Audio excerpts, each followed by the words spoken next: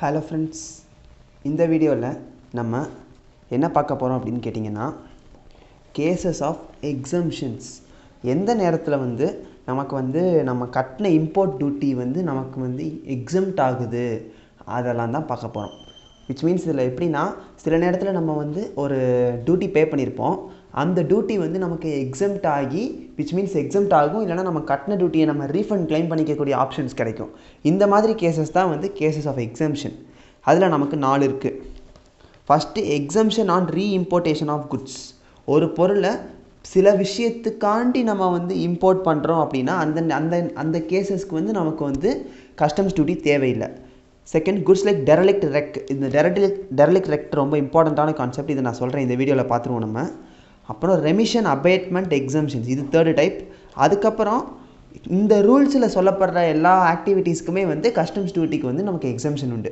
இந்த import of goods at a consistent rate of duty, இதில் இந்த ரூல்ஸில் சொல்லப்படுற எல்லா டைப் ஆஃப் ஆக்டிவிட்டீஸ்க்குமே நமக்கு எக்ஸம்ஷன்ஸ் உண்டு. இந்த 4 இதையுமே நம்ம இந்த வீடியோவில் பார்த்துட போகிறோம். ஃபஸ்ட்டு அதில் exemption on reimportation of goods.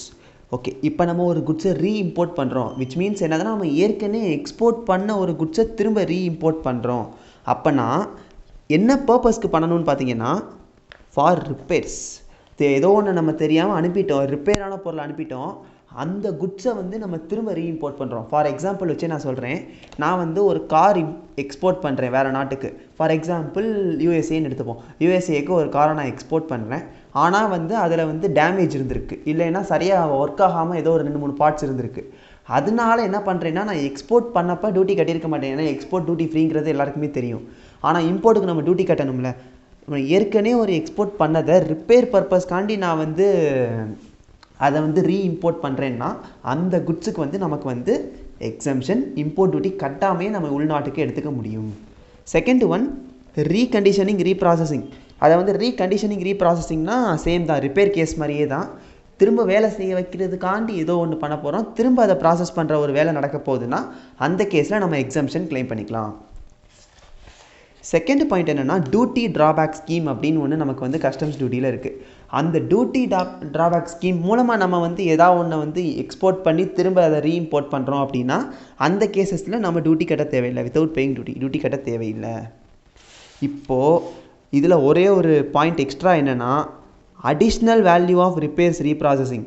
General repairs போக அடிஷ்னலாக நம்ம வேறு ஏதாச்சும் ஒரு எக்ஸ்ட்ராவாக ஒரு ப்ராசஸ் பண்ணுறோம், இன்னும் கொஞ்சம் அதை டெவலப் பண்ணுறோம், இன்னும் கொஞ்சம் டியூன் பண்ணுறோம், இன்னும் கொஞ்சம் அதை எஃபிஷியண்ட்டாக மாற்றுறோம், இந்த மாதிரி கேசஸாக இருந்துச்சுன்னா அப்போ எக்ஸம்ஷன் கிடையாது. ஒன்லி ஃபார் ரிப்பேர் பர்பஸாக இருந்தால் மட்டும்தான் அதுக்கு டியூட்டி எக்ஸம்ஷனே தவிர அடிஷ்னல் வேல்யூ ஆஃப் ரிப்பேர்ஸ்க்கு டியூட்டி கட்டணும். இதுதான் முக்கியமான பாயிண்ட். இது நமக்கு எக்ஸாமில் ட்விஸ்ட் பண்ணுவாங்க, ஸோ நல்லா கவனிச்சுக்கோங்க.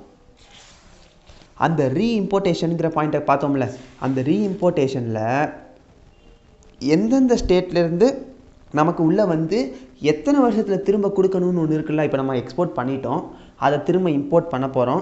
இம்போர்ட் பண்ணி நம்மளே வச்சுக்கிட்டால் அது நம்ம ரிப்பேர் பண்ணுறதாவே அர்த்தம் கிடையாது. ஸோ எத்தனை வருஷத்துக்குள்ளே திரும்ப நம்ம அதை எடுக்கணும், திரும்ப ரிட்டர்ன் பண்ணணுங்கிறது என்னென்னு பார்த்தீங்கன்னா, நேபாள்ஸ் கண்ட்ரியாக இருந்துச்சுன்னா 10 இயர்ஸ்க்குள்ளே ரிட்டர்ன் பண்ணணும், அண்ட் அதர் கண்ட்ரியாக இருந்துச்சுன்னா 3 இயர்ஸ்க்குள்ளே ரிட்டர்ன் பண்ணணும். இது ரிப்பேர்ஸ் அண்ட் ரீகண்டிஷனிங்காக இருந்துச்சுன்னா.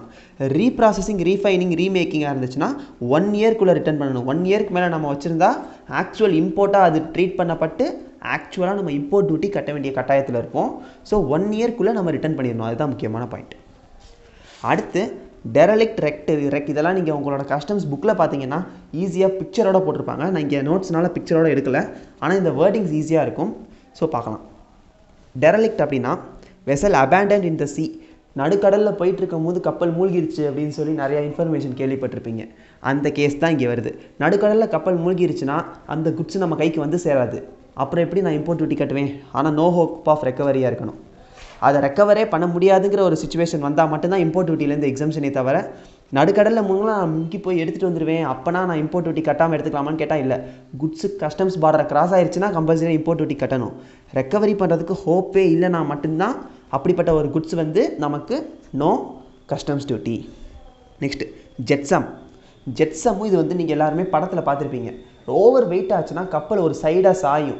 அதனால் என்ன பண்ணுவாங்கன்னா, கப்பலில் இருக்கிற ஓவர் வெயிட்டான பொருட்கள் எல்லாத்தையும் தூக்கி சீல போடுவாங்க. இந்த கேஸில் அந்த சீல போடப்படுற பொருள் எல்லாமே வந்து கஸ்டம்ஸ் டியூட்டிக்குள்ளே வருமானு கேட்டால் இல்லை. ஜெட்ஸாமில் இருக்கிற அந்த பொருள் எதுவுமே வந்து கஸ்டம்ஸ் டியூட்டிக்குள்ளே வராது. ஏன்னா அது கடலுக்கு தூக்கி போட்டாச்சு, நமக்கும் இனிமேல் அதுக்கும் சம்மந்தம் இல்லை. ஸோ இம்போர்ட் டியூட்டி கிடையாது. ஃப்ளோட்சம், இப்போது தூக்கி போடப்படுற பொருள் இருக்கா, அந்த பொருள் ஃப்ளோட்லேயே அந்த சீல மிதந்துகிட்டே இருக்கும். சீல தான் மிதந்துட்டே இருக்குது, எந்த நாட்டுக்கும் அது வந்து இப்போ சொந்தம் அப்படின்னு கிடையாது. அதனால் மிதந்துட்டு இருக்கிற எந்த பொருளுமே கஸ்டம்ஸ் டியூட்டிக்கும் கிடையாது. ரெக் அப்படின்னா என்ன அப்படின்னு பார்த்தீங்கன்னா, வெசல் ரெக்குடு இந்த டிஸ்ட்ராய், இது வந்து செமையான எக்ஸாம்பிள் டைட்டானிக் கப்பல் என்னாச்சுன்னு எல்லாருக்குமே தெரியும். நடுக்கடலில் மூழ்கிருச்சு. அந்த கப்பல் என்ன ஆகும், கஸ்டம்ஸ் டியூட்டிக்குள்ளே வருமா அப்படின்னு கேட்டால் வராது. ஏன் வராது? பிகாஸ் அது வந்து மூழ்கிருச்சு, நம்ம நாட்டுக்குள்ளே வரவே இல்லை, அதனால வராது. இதுதான் நம்ம எக்ஸம்ஷன்ஸோட ஃபஸ்ட் அண்ட் செகண்ட் பார்ட் பார்த்துட்டோம். அடுத்த வீடியோவில் ரெமிஷன் அபேட்மெண்ட் எக்ஸம்ஷன்ஸ் பார்த்துருவோம். இந்த ரூல்ஸுக்கு நமக்கு தனியாக ஒரு சாப்டர் இருக்குது, நான் இதை நடத்துவேன். ஆனால் இன்ட்ரொடக்ஷன் வீடியோவில் நான் இந்த லெசனை வந்து தேவையில்லை அப்படின்னு சொல்லியிருந்தேன். ஆனால் நீங்கள் தேவைப்படுறவங்க படிச்சுக்கோங்க, நான் வீடியோ போட தான் போகிறேன். இந்த ரெண்டு பார்ட் நம்ம பார்த்தாச்சு. ஏதாச்சும் டவுட்ஸ் இருக்குன்னா கமெண்ட்ஸில் கேளுங்க.